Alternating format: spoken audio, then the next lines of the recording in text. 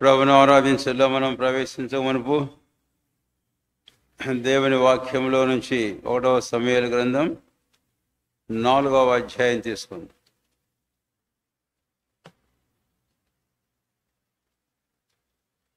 1వ సమూయేలు గ్రంథము 4వ అధ్యాయము. మనమందరము కలిసి ఒక వచనం చదువుకుందాము.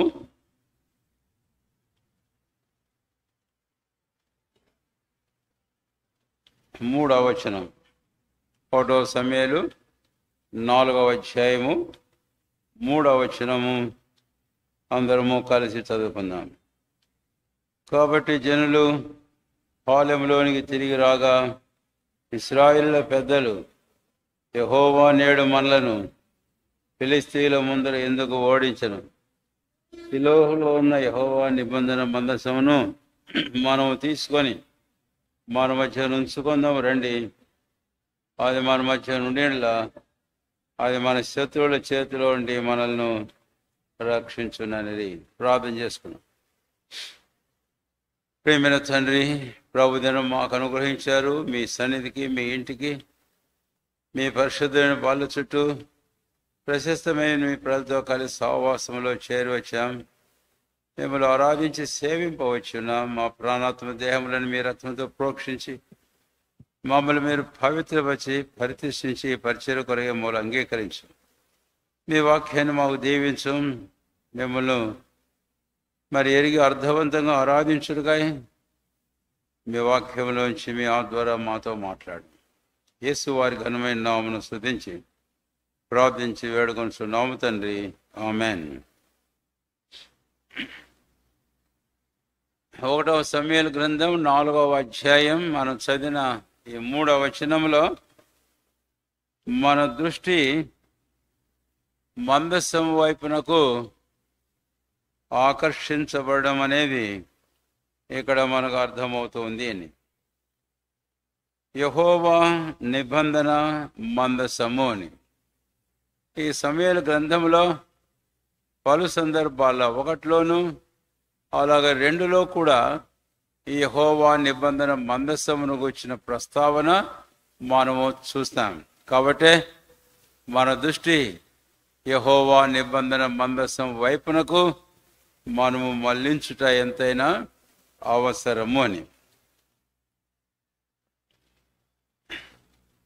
ఈ యెహోవా నిబంధన మందసాన్ని గురించి నిర్గమకాండములో 25వ అధ్యాయంలో అక్కడ మనం దాని ప్రారంభాన్ని మనం చూస్తాం.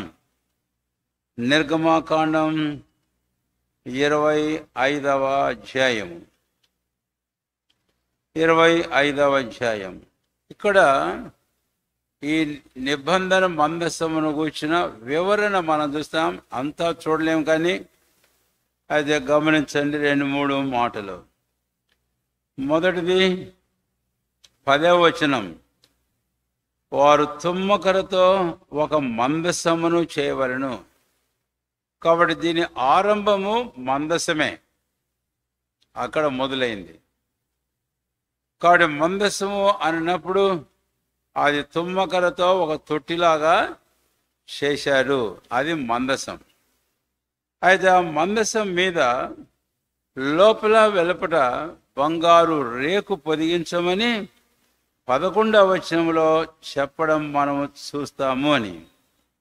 బంగారుతో పొదిగించబడి, కాబట్టి ఇది మందసము. దీనికి తుమ్మకరతో చేయబడి బంగారు రేకు లోపల వెలుపల పొదిగించబడిన ఈ వస్తువు మందసము అని. ఇది ఒక భాగం. 2వ భాగం మందసాన్ని గురించి మనం గమనిస్తే 17వ వచనం, మరియు నీవు మేలిమి బంగారుతో కరుణాపీఠమును చేయవలెను. 18వ వచనంలో ఆ కరుణాపీఠమును ఏం చెయ్యాలి అనేది అక్కడి నుంచి మనం వస్తే 20వ వచనం చివరిలో ఆ కరుణాపీఠమును ఎత్తి ఆ మందసం మీద ఉంచవలెను. కాబట్టి రెండవ వివరణ ఈ మందసాన్ని గురించి మనం చూస్తే కరుణాపీఠము అనేది రెండవ వివరణ. ఇదంతా తొట్టి వంటిది. అయితే ఇప్పుడు దాని మీద ఎత్తి ఉంచాలి అన్నప్పుడు అది ఒక మూతలాగా కనపడుతూ ఉంది అని. నిజమే, అది రెండవదిగా మనము చూస్తాం. అంతేకాకుండా ఆ కరుణాపీఠం మీద మరొక ప్రాముఖ్యమైన సందర్భం మన గమనానికి లేఖనాలు తీసుకొని వస్తాయి. అదేమిటి? రండి, లేవీకాండం 16వ అధ్యాయం 14వ వచనం. అప్పుడు అతడు ఆ కోడె రక్తంలో కొంచెం తీసుకొని తూర్పు ప్రక్కను కరుణాపీఠం మీద తన వ్రేలితో ప్రోక్షించి, కరుణాపీఠం మీదట తన వ్రేలితో ఆ రక్తంలో కొంచెము 7 మారులు ప్రోక్షింపవలెను. కాబట్టి మూడవ వివరణ ఈ మందసమును గురించి మనం గమనిస్తే ఇక్కడ మనము రక్తమును మనము చూస్తాం. ఏ రక్తం ఇది అనేది లేవీకాండం 16వ అధ్యాయం మీరు బాగా గమనించినట్లయితే ఇది పాప ప్రాయశ్చిత్తార్థ బలి రక్తము అని మనకు స్పష్టంగా అర్థమవుతుంది. కాబట్టి ఇప్పుడు యెహోవా నిబంధన మందసం 1వ సమూయేలు 4:3లో మనం చదివాం. అదే నిర్గమాకాండం 25వ అధ్యాయంలో దాని ప్రారంభమును మనం చూసినప్పుడు దాని వివరణ ఇక్కడ మనకు తేటగా ఉంది. కాబట్టి ఒకటి మందసము, రెండవది కరుణాపీఠం, మూడవది దాని మీద ప్రోక్షించబడినటువంటి పాప ప్రాయశ్చిత్తార్థపు రక్తము. ఇప్పుడు ఈ 3 మాటలు మనము చూస్తాం. ఈ 3 ఎవరో కాదు, ఇవి మన ప్రభు అయిన యేసుక్రీస్తు వారిని చూపిస్తుంది. కరుణాపీఠం మన ప్రభు అయినటువంటి మందసం మన ప్రభు అయినటువంటి యేసుక్రీస్తు వారు. వాక్యములో బంగారము దైవత్వానికి సూచన. కాబట్టి బంగారపు రేఖంతా కేవలం అది కనపడుతుంది బయటికి, తుమ్మకర్ర కనపడడం లేదు. కాబట్టి ఇది ఏమిటో కాదు, మన ప్రభు అయిన యేసుక్రీస్తు వారిగా దైవత్వాన్ని చూపిస్తూ ఉంది. కాబట్టి ఈ బంగారం యేసు ప్రభు వారు దేవుడు అని చూపిస్తుంది. రెండవది, అందులో దాచబడి ఉంచబడిన తుమ్మకర్ర ఏమిటో కాదు, మన ప్రభు అయిన యేసుక్రీస్తు వారు మనుష్యుడు అని మనకు చూపిస్తూ ఉంది. ఇది దేవుని వాక్యంలో పలు సందర్భాల్లో బహు వివరంగా మనం చూస్తాం. అయితే ఒక్క వచనం నేను మీకు జ్ఞాపకం చేసే 1వ తిమోతి 3వ అధ్యాయము 16వ వచనంలో, ఇక్కడ తెలుగులో ఆయన అని ఉంది, కానీ ఇంగ్లీష్లో దేవుడు అని ఉంది. కాబట్టి దేవుడు సశరీరుడుగా ప్రత్యక్షుడు అయినని. కాబట్టి ఇక్కడ చూస్తాం ఈ 2 వస్తువులు. కాబట్టి బంగారము యేసు ప్రభు వారు దేవుడు, తుమ్మకర్ర యేసు ప్రభు వారు మనుష్యుడు అని. ఇప్పుడు పౌలు అపొస్తలులు మరొక వచనంలో 1వ తిమోతి 2వ అధ్యాయం 5వ వచనంలో రాస్తూ ఈ మాట అంటాడు, దేవుడు ఒక్కడే, దేవునికి మనుషులకు మధ్యవర్తి ఒక్కడే, ఆయనే క్రీస్తు యేసు అని అన్నాడు. కాబట్టి దేవుడు ఆయనే, నరుడు ఆయనే. ఇది మందసం మన ప్రభు అయిన క్రీస్తును ఈ విధంగా మనకు చూపిస్తూ ఉంది అని. ఆ తర్వాత రెండవదిగా కరుణాపీఠం మన ప్రభు అయిన యేసుక్రీస్తు వారిని చూపిస్తుంది.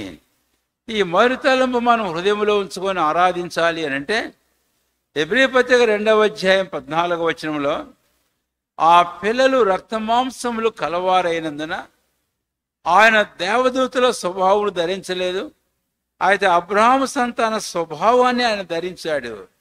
మనుషుల పోలికగా పుట్టాడు, దాసుని స్వరూపం ధరించుకున్నాడు. ఓ దేవా, నీవు దేవాది దేవుడవు, అనాది నుంచి దేవుడవు. అయితే నన్ను ప్రేమించి నా కొరకై ఆ దైవత్వమును ప్రక్కన ఉంచి ఒక సామాన్యమైన నా వంటి రక్తమాంసములు కలిగిన ఒక మనుషులుగా నువ్వు లోకంలో జన్మించావు. నీకు స్తోత్రాలు చెల్లిస్తున్నాను, నిన్ను ఆరాధించి నిన్ను ఘనపరుస్తున్నాను. తూర్పు దేశపు జ్ఞానులు అది గమనించి వెళ్ళారు. బంగారమును, బోలమును, సాంబ్రాన్ని బలిగా అర్పించడంలో, కానుకలుగా అర్పించడంలో అదే మనకు వ్యక్తమవుతుంది. ఈరోజు మనం ప్రభును ఆ ప్రకారం ఆరాధించదుముగాక.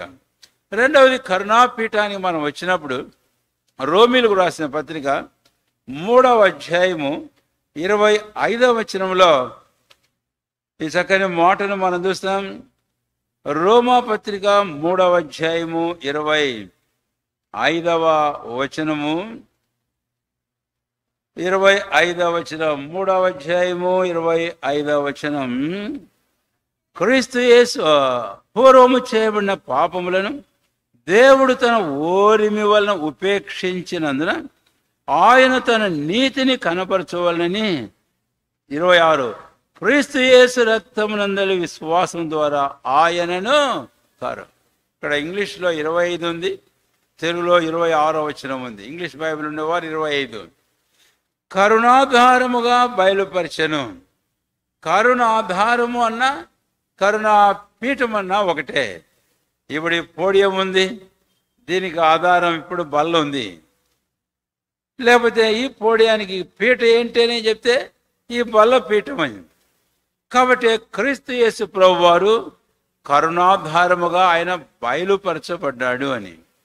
అందుకనే భక్తుడు యోహాను ఆ విషయాన్ని గురించి రాసేటప్పుడు యోహాను సువార్త 1వ అధ్యాయంలో దేవుడు మానవుడు అని చెప్పిన తర్వాత క్రిందకు వస్తే ధర్మశాస్త్రం మోషే ద్వారా అనుగ్రహించబడింది, కృపయో సత్యము యేసుక్రీస్తు ద్వారా అనుగ్రహించబడింది అన్నప్పుడు ఆయన బట్టి కృప వెంబడి కృపను ఏం చేశామంటే మనం పొందాం.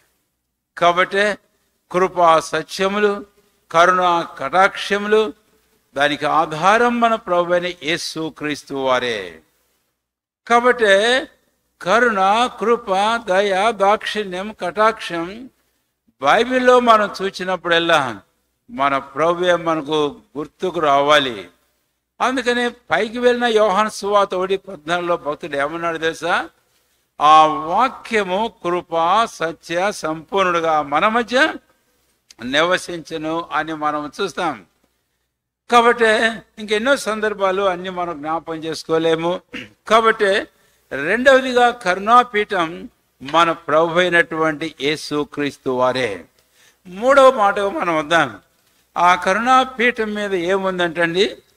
పాప ప్రాయశ్చిత్తార్థ బలి యొక్క రక్తాన్ని మనం చూస్తాం. పాప పరిహారార్థ బలి యొక్క రక్తాన్ని మనం చూస్తాం. కాబట్టి ఇక్కడ మూడవది కరుణ నిబంధన మందసం యొక్క వివరణలో మూడవది. ఇప్పుడు మన ప్రభువైన యేసుక్రీస్తు వారిని గురించి మనం గమనించినట్లయితే కనుక ఆయన లోకానికి ఏర్పించిన ఉద్దేశము అదే. మన ప్రేమించి మన కొరకు తన ప్రశస్తమైన రక్తమును ఆయన చిందించడానికి వచ్చాడు. ఈరోజు మన మధ్యలో ఉన్నటువంటి ఈ బల్ల, ఆ బల్ల మీద ఉన్న పాత్ర అదే జ్ఞాపకము చేస్తుంది. చివరి పస్కా పండుగ నాడు ప్రభువైన క్రీస్తు లూకాసు వార్త 22వ అధ్యాయం 19 నుంచి మనం చూస్తే ఆయన ఒక పాత్రను ఎత్తుకొని మాట అన్నాడు, ఇది అనేకుల పాప క్షమాపణ కొరై చిందించబడుతున్న నా నిబంధన. కాబట్టి the blood of the covenant, నిబంధన రక్తము అని అన్నాడు. ఇలాగ పౌలు హెబ్రీయులకు రాస్తూ 9వ అధ్యాయం 22వ వచనంలో రక్తము చిందించబడకుండా పాపం క్షమాపణ లేదు. 29వ వచనం 10వ అధ్యాయంలో హెబ్రీ పత్రికలో తాను పరిశుద్ధపరచబడ్డకు సాధనమైన నిబంధన రక్తం అని మనము చూస్తాం. కాబట్టి ఇక్కడ మూడవదిగా మన ప్రభువైన క్రీస్తు యేసు వారు ఏమని మనకు అర్థమవుతున్నాడు అని అంటే, Christ Jesus the sacrifice of our sin. 2వ కొరింథీ 5వ అధ్యాయము 21వ వచనంలో తెలుగు బైబిల్లో ఆయనను పాపముగా చేసినని వ్రాయబడింది. కానీ వాస్తవానికి మూల భాషలోనికి వెళితే God hath made him as the sin offering, అంటే పాప పరిహారార్థ బలిగా ఆయన్ను చేశాడు. కాబట్టి ఇది మూడు.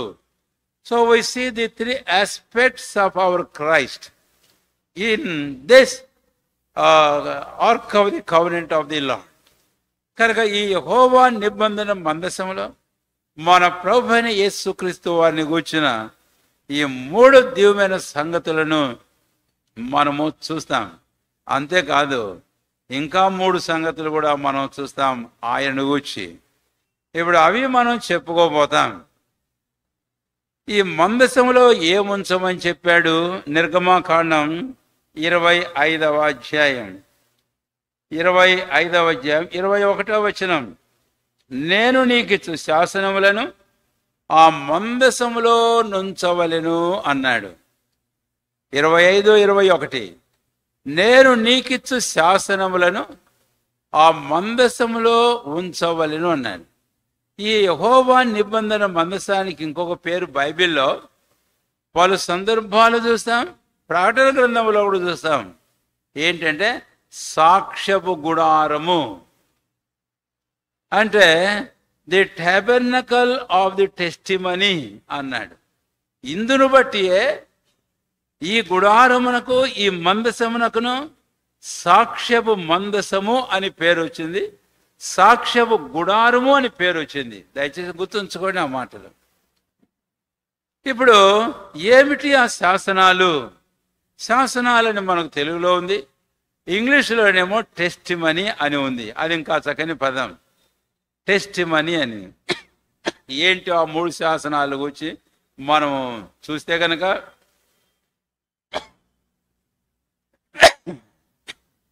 నేను 3 మాటలు జ్ఞాపం చేస్తున్నాను. 1 నిర్గమాకాండం 16వ అధ్యాయము చివరి వచనాలలో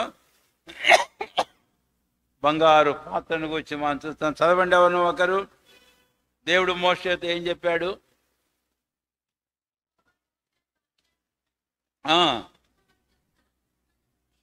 సాక్ష్యపు మందసం ఎదుట ఏం పెట్టాడంటే మన్నాగల బంగారు పాత్రను పెట్టాడు. 1 అది. 2వ మాటకు మనం వస్తే కనుక సంఖ్యాకాండం 17వ అధ్యాయంలో ప్రభువైన దేవుడు మోషేతో మరొక మాట చెప్పాడు. అహరోను కర్రను ఆ మందసములో ఉంచమని చెప్పినట్లు మనము చూస్తాం. దయచేసి 17వ అధ్యాయము గమనించినట్లయితే 10వ వచనం చివరి భాగం, అహరోను కర్రను మరలా శాసనముల ఎదుట ఉంచము. కాబట్టి 2వ టెస్టిమనీ ఏమిటి అని అంటే అహరోను చిగిరించిన అహరోను కర్ర, అది 2వదిగా మనం చూస్తాం. ఆ తర్వాత 3వదిగా మరొకటి మనం చూస్తాం. ద్వితీయోపదేశ కాండము 10వ అధ్యాయానికి మనం వచ్చినప్పుడు 10వ అధ్యాయము 2వ వచనం, నీవు పగలగొట్టిన మొదటి పలకల మీద ఉన్న మాటలను నేను ఈ పలకల మీద వ్రాసిన తరువాత నీవు ఆ మందసములో వాటిని ఉంచవలెను. కాబట్టి ఎన్ని ఉన్నాయండి ఇప్పుడు మందసములో? 1 మన్నాగల బంగారు పాత్ర, 2వది అహరోను చిగురించిన కర్ర, 3వది ధర్మశాస్త్రపు పలకలు. 3 ఉన్నాయి మందసంలో. కాబట్టి ఈ 3 సాక్ష్యాలే. నేను నీకిచ్చు శాసనం అని తెలుగులో the testimony which I shall give you, ఆది దాన్ని పెట్టువని. కాబట్టి 3 ఒకే యాంగిల్లో మనం టువర్డ్స్ క్రీస్తు వైపుగా వీటిని గురించి మనం తలంచినప్పుడు ఈ 3 మన ప్రభు అయిన క్రీస్తుని గురించి ఇచ్చే టెస్టిమనీ. కాబట్టి 3 మన ప్రభు అయిన క్రీస్తుని గురించి ఇచ్చే సాక్ష్యం ఏంటి అనేది మనకు ఇక్కడ ప్రాముఖ్యంగా ఉంది. మన ఆరాధన కొరకై చాలా ప్రాముఖ్యం. మొదటి అంశం చూసాం, ఆరాధన కొరకై మన ప్రాముఖ్యమైన అంశం. ఇప్పుడు 2వ అంశం ఆరాధన కొరకై మన ప్రాముఖ్యమైన అంశం. ఇక్కడ మనం చూస్తున్నాం ఈ 3 ఇప్పుడు ఆ 3 గురించి క్లుప్తంగా నేను చెబితే, ఇప్పుడు క్రొత్త నిబంధనలో మన ప్రభు అయిన యేసుక్రీస్తు వారు మన్నాను గూర్చి వాడిన చక్కని సందర్భం ఉన్న ఒక అధ్యాయం ఏంటో చెప్తారా? ఒక పుస్తకం ఏంటో చెప్తారా? యోహాను సువార్త 6వ అధ్యాయంలో మనము చూస్తాం. 6వ అధ్యాయంలో ఈ అరణ్యంలో మన్నాను గూర్చి యేసయ్య మాట్లాడేటప్పుడు ఈ మాట అంటాడు. దయచేసి 32వ వచనం. కాబట్టి యేసు, పరలోకం నుండి వచ్చు ఆహారం మోషే మీకేలేదు, నా తండ్రియే పరలోకం నుండి వచ్చు నిజమైన ఆహారం మీకు అనుగ్రహించుచున్నాడు. ఆ తర్వాత ఆయన అన్నాడు, నేనే 35వ వచనం, యేసు ఇట్లను జీవాహారము నేనే. కాబట్టి ఈ మందసములోని మన్నాగల బంగారు పాత్ర ఇచ్చే టెస్టిమనీ యేసు ప్రభువు వారిని గురించి ఏమిటి అని అంటే, నేనే జీవమును, ఐ ఆమ్ ది లైఫ్, నేనే జీవమును. కాబట్టి ఈ మందసములో ఈ మన్నాగల బంగారు పాత్ర, Jesus is the true life, యేసు ప్రభువు వారే నిజమైన నిత్య జీవము అయి ఉన్నాడు అని అను. ఈరోజు మనం చెప్పగలం, కొలస్సీ పత్రిక 3వ అధ్యాయం 4వ వచనం ప్రకారం, మనకు జీవమై ఉన్న క్రీస్తు, Christ who is our life. ఓ మన్నాగల బంగారు పాత్ర, ఆ మందసములో ఉంచుకున్న బంగారు పాత్ర, యేసయ్యా నీవే, నీవు నాకు నిత్య జీవమునిచ్చే జీవాహారమైనావు, నీవు నాకు జీవమును నిత్య జీవమునై ఉన్నావు. అందుకై నేను నిన్ను ఆరాధించి నేను నిన్ను ఘనపరుస్తాను. 2వ టెస్టిమనీకి మనం వస్తే గనక, అహరోను చిగురించిన కర్ర, సంఖ్యాకాండం 17వ అధ్యాయం 10వ వచనంలో మనం చూసాం. అసలు ఆ కర్ర అక్కడికి రావడానికి కారణం ఏమిటి అంటే, 16, 17వ అధ్యాయంలో the question of priesthood has arised, అంటే యాజకత్వమును గూర్చిన ప్రశ్న ఒకటి ఉత్పన్నమైంది. ఇశ్రాయేల్ అందరూ మోషేతో అన్నారు, ఏమని, నీవేనా, అహరోనేనా, దేవుడు వీళ్ళందరినీ ఏర్పరచుకోలేదా అని అన్నారు. అప్పుడు దేవుడు మోషేతో ఒక మాట అన్నాడు, నేను ఎవరిని ఏర్పరచుకొని ఉన్నానో నేనే తేటతెల్లం చేస్తా. ఇశ్రాయేల్ 12 గోత్రంలో వారిని గోత్రానికి ఒక కర్ర తీసుకొని రమ్మను, వారి పేరు, గోత్ర పేరు రాయమని చెప్పు. అహరోను కర్ర మీద, లేవి కర్ర మీద అహరోను పేరు రాయమని చెప్పు. ఆ తర్వాత తెచ్చి అక్కడ పెట్టు మందసంలో. ఆ తర్వాత చూస్తే అహరోను కర్ర ఏమైందంటే అండి చెప్పండి, చేయదు. కాబట్టి second testimony, the rod of Aaron testify the Christ is the God chosen, the great high priest. అహరోను చిగురించిన కర్ర యేసుక్రీస్తు ప్రభువు వారు సర్వలోకం కొరకై దేవుడే ఏర్పాటు చేసుకున్న నిరంతర యాజకుడు, యాజకత్వం పొందిన మెల్కీసెదెకు క్రమంలో చేరిన గొప్ప ప్రధాన యాజకుడు. హెబ్రీ 4:14, ఆకాశ మండలముల గుండా వెళ్ళిన దేవుని కుమారుడైన యేసును గొప్ప ప్రధాన యాజకుడు మనకు. దేవునికి స్తోత్రం. ఆయన గొప్ప ప్రధాన యాజకుడు, ఆయనే అర్పణము బలి అయి, ఆయనే ప్రజలందరి పాపముల కొరకై ఆయన ఈ యాజకత్వ ధర్మముని ఆయన జరిగించినటువంటి వాడు. ఓ అందుకై ప్రభువును స్తుతించాలా. కాబట్టి నాకు నీవు గొప్ప ప్రధాన యాజకుడు. అంతేకాదు అర్పణము బలి అయి, హెబ్రీ 9:14, నిత్యరోగ ఆత్మ ద్వారా తాను తానే దేవునికి అర్పణముగాను బలిగాను అర్పించుకొనిన క్రీస్తు యేసు యొక్క నిర్దోషమైన రక్తం ఏం చేస్తుందట, నిర్జీవ క్రియను విడిచి జీవం గల దేవుని సేవించుటకు మన మనస్సాక్షిని ఎంతో ఎక్కువగా శుద్ధి చేస్తాం. ఇది 2వ టెస్టిమనీ యేసయ్యను గూర్చి. ఇప్పుడు 3వ టెస్టిమనీకి మనం వస్తే కనుక 10వ అధ్యాయము ద్వితీయోపదేశకాండం 2వ వచనంలో మనం చదివాము. అక్కడ ధర్మశాస్త్ర పలకల గురించి మనం చూసాం. తీసుకొని వెళ్ళి వాటిలో ఉంచమన్నాడు. ఆ ధర్మశాస్త్ర పలకలు 2, అందులో 10 ఆజ్ఞలు వ్రాయబడ్డాయి. ఇప్పుడు ఈ 10 ఆజ్ఞలు ఏం చూపిస్తున్నాయి అని అంటే, ఈ 10 ఆజ్ఞలు, ఈ ధర్మశాస్త్ర పలకలు 2, కూర్చోవాలి, నువ్వు అటు ఇటు తిరగదు, కూర్చో. ఈ 2 ధర్మశాస్త్ర పలకలు ఏం చూపిస్తున్నాయి అని అంటే, the revealed will of God, బయలుపరచబడిన దేవుని యొక్క చిత్తాన్ని మనకు చూపిస్తూ ఉన్నాయి. అవును నిజమే.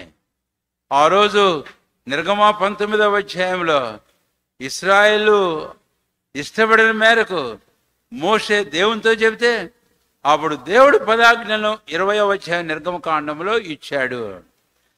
కాబట్టి దేవుడు తన చిత్తాన్ని బయలుపరిచాడు. కాబట్టి ఆయన చిత్తం ఈ ధర్మశాస్త్ర పలకల మీద మనం చూస్తాం.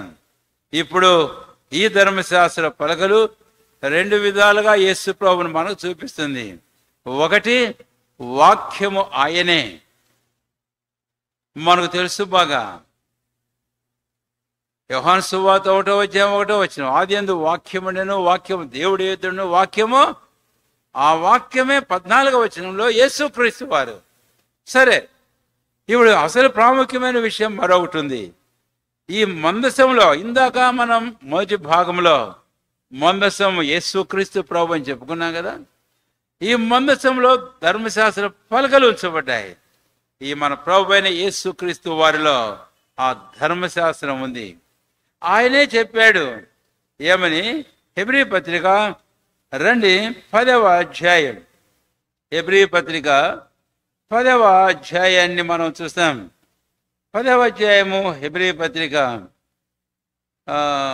దయచేసి చూడండి.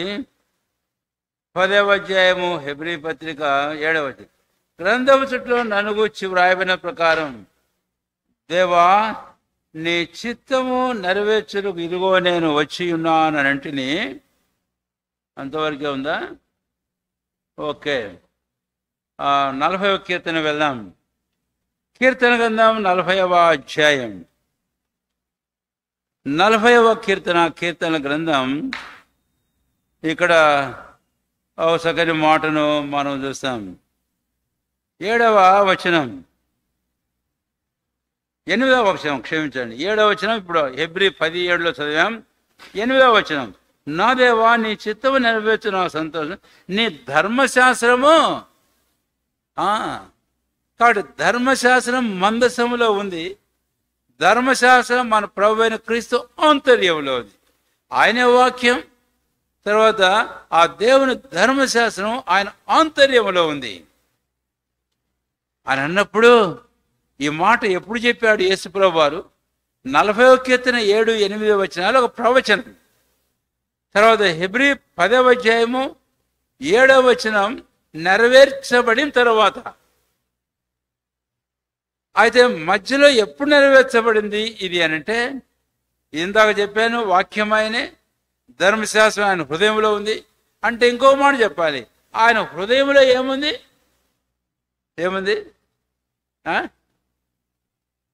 దేవుని చిత్తం ఉంది ఆయన హృదయంలో.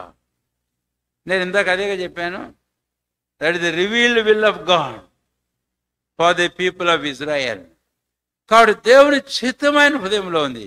అందుకు ఇప్పుడు లూకా సువార్తకు మనం వచ్చినప్పుడు అక్కడ మనం చూస్తాం, సువార్తికులు రాస్తారు, మాథ్యూ, మార్క్, లూక్ కూడా.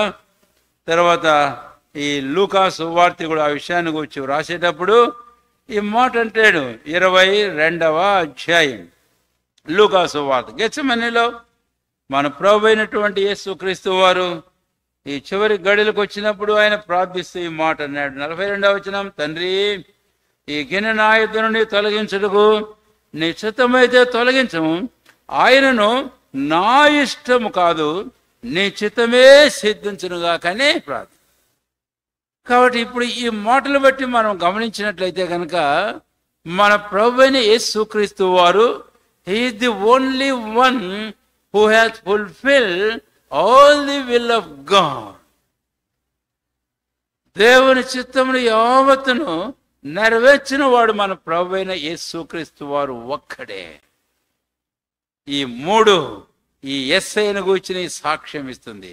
ఆ చిత్తాన్ని గూర్చి నేను ఒక వాక్యం మీకు చెప్పడం అవసరమే, గుర్తుంచుకోండి. మీరు కొంతమంది రాసుకుంటున్నారు, సంతోషం, రాసుకోవడం మంచిది, అవి గుర్తుంటాయి. ఇప్పుడేమో తీసి మీరు చూడడానికి కూడా కొన్నిసార్లు ఇబ్బందిగా ఫీల్ అవుతున్నారు, ఎందుకంటే టైం పాస్ ఆన్ అవుతుంది. కాబట్టి కనీసం నోట్ చేసుకోవడం చాలా ప్రాముఖ్యం. ఏంటంటే ఆ చిత్తము, ఆ తండ్రి చిత్తం. హెబ్రీ పత్రిక 10వ అధ్యాయము 10వ వచనం, హెబ్రీ పత్రిక 10వ అధ్యాయము 10వ వచనం, యేసుక్రీస్తు యొక్క శరీరం ఒక్కసారి అర్పింపబడు చేత ఆ చిత్తమును బట్టి మనము. కాబట్టి ఆ చిత్తం ఏమిటి అంటే యేసుక్రీస్తు వారి శరీరం ఒక్కసారి కాబట్టి ఆ చిత్తం ముందుగా నేను ఇంకో మాట చెబితే మంచిది. ఆ చిత్తం ఏమిటి అని అంటే సాంక్టిఫైయింగ్ ది హోల్ హ్యూమానిటీ. లోకములో పాపులైన మానవాళి యావత్తును పరిశుద్ధపరచడం దేవుని యొక్క చిత్తం. ఎన్నో వాక్యాలు ఇప్పుడు మనం జ్ఞాపం చేసుకోవడం లేదు.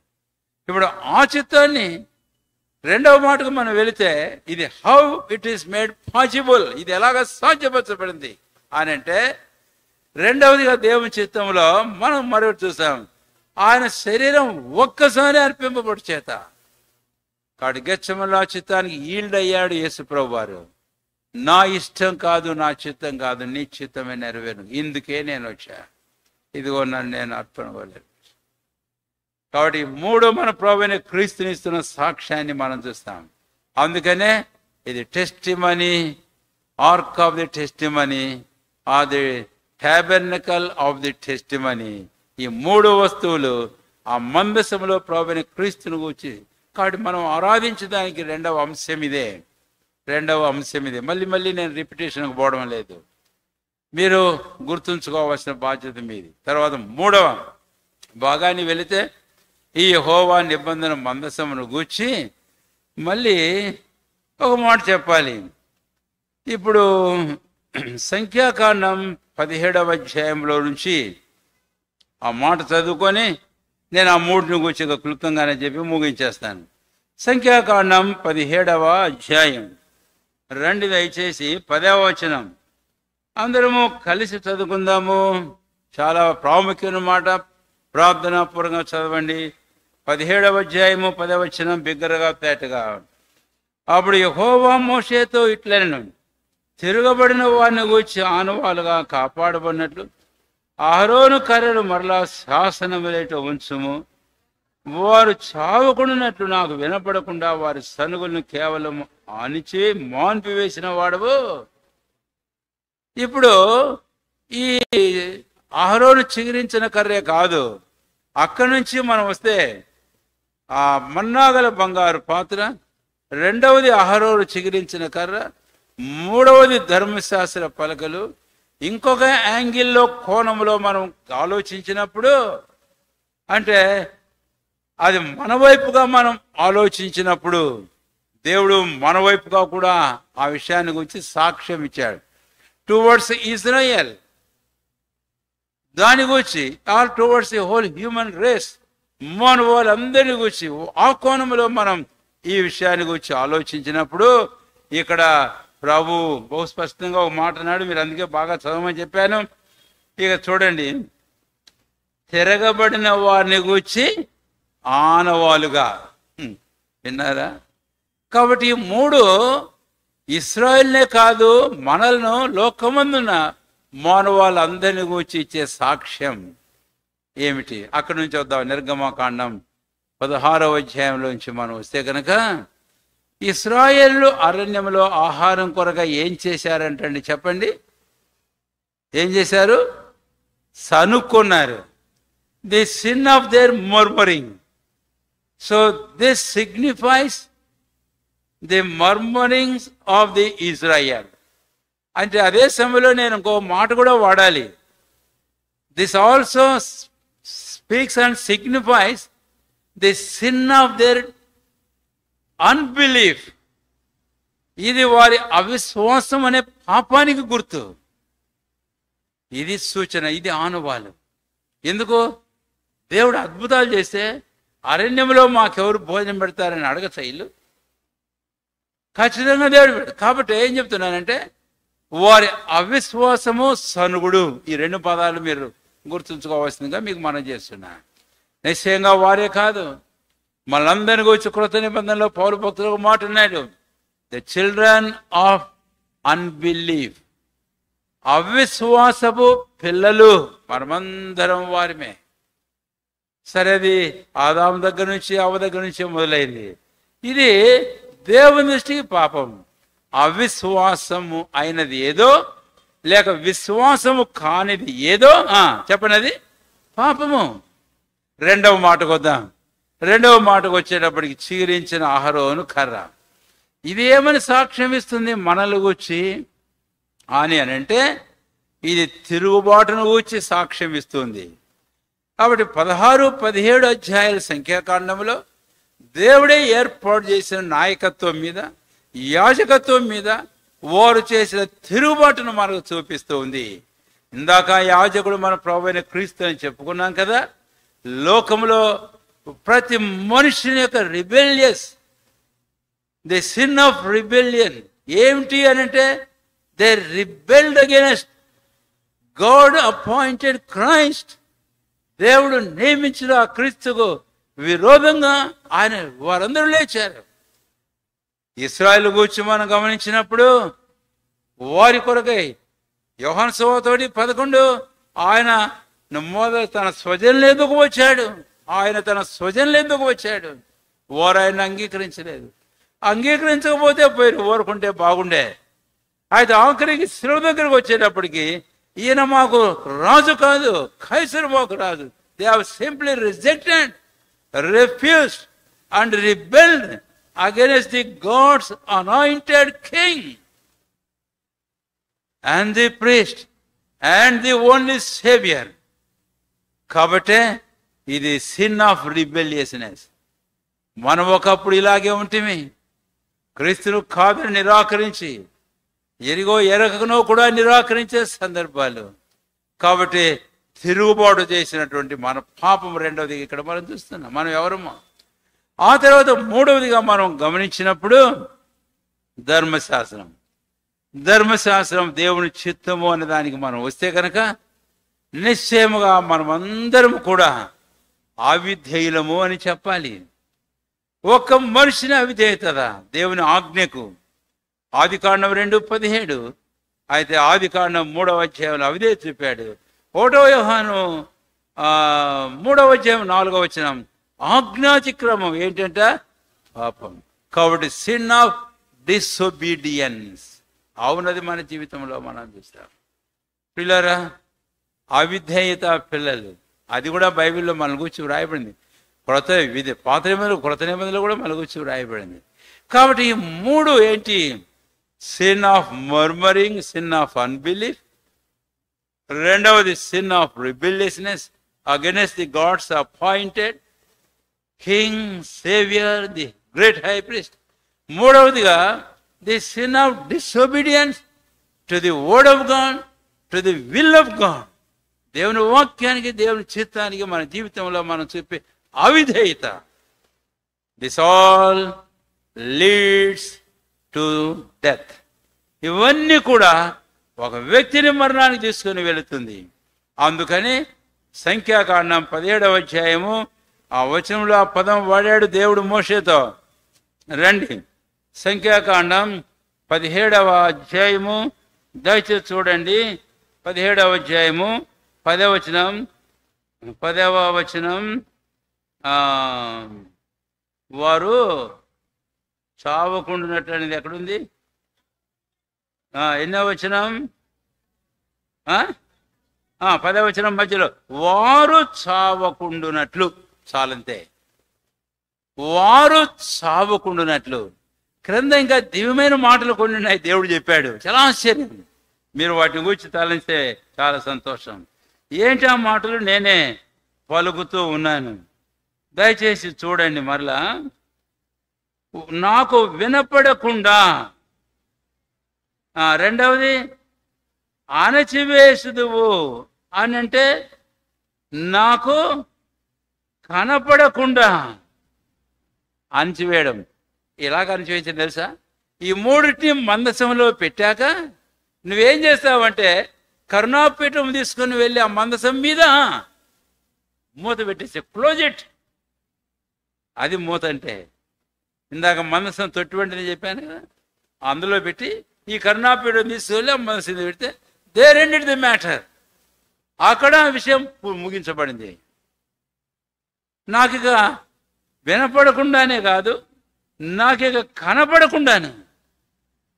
తర్వాత అణచివేస్తావు అని అంటే ఏం చేసావు? నువ్వు పూర్తిగా లేకుండా చేశావు, కనపడకుండా చేశావు. ఇప్పుడు మూడవ మాట వస్తే చావకుండానట్లు. వీళ్ళరా, ఈరోజు మన ప్రభు అయిన దేవుడు మన విషయంలో ఇది చేశాడు. కాబట్టి ఈ 3 మనల్ని గూర్చి ఇచ్చిన సాక్ష్యం. కాబట్టి 3 భాగాలు నేను మీకు జ్ఞాపం చేశాను. కాబట్టి 1 మందసం, 3 ప్రభువైన క్రీస్తును గూర్చి ఇచ్చే సాక్ష్యం మొదటి భాగం. 2వది మందసంలో ఉన్న 3 వస్తువులు, ప్రభువైన క్రీస్తును గూర్చి ఇచ్చిన 3 సాక్ష్యాలు, క్రీస్తు ఏమైనాడు. తర్వాత చివరికి వస్తే ఆ మందసంలో 3 వస్తువులు ఇటు మనల్ని గూర్చి ఇచ్చిన సాక్ష్యాలు ఏంటో మనం చూసాం. అయితే దేవుని యొక్క అద్భుతమైన, ఆశ్చర్యమైన, మహత్తైన, అసమానమైన ప్రేమ ఏమిటి అని అంటే, మోషే వారి సనుగులు నేను విన సంతోషంగా నాకు లేదు, వారి తిరుగుబాటు విధేయతను నేను గుర్తుంచుకోవడానికి నాకేం మాత్రం సంతోషం లేదు. అవన్నీ మోన్పివేయబడాలని నా ఆశ. అందుకే నేను కరుణాపీఠం తీసి దాని మీద పెట్టేసేయి, అప్పుడు వారికి చామరు.